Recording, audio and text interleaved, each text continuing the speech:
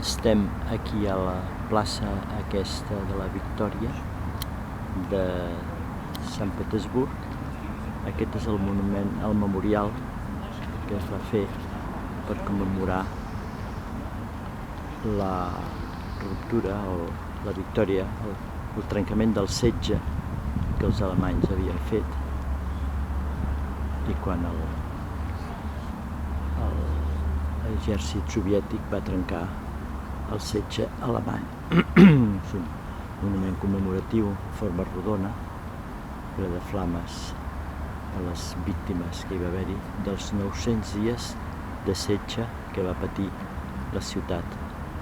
Aquí enmig hi ha unes estàtues representatives dels patiments, i el monument és un cercle trencat aquí al final amb un monòlit fantàstic, altíssim. Davant hi ha un parell de figures i a sota hi ha un museu.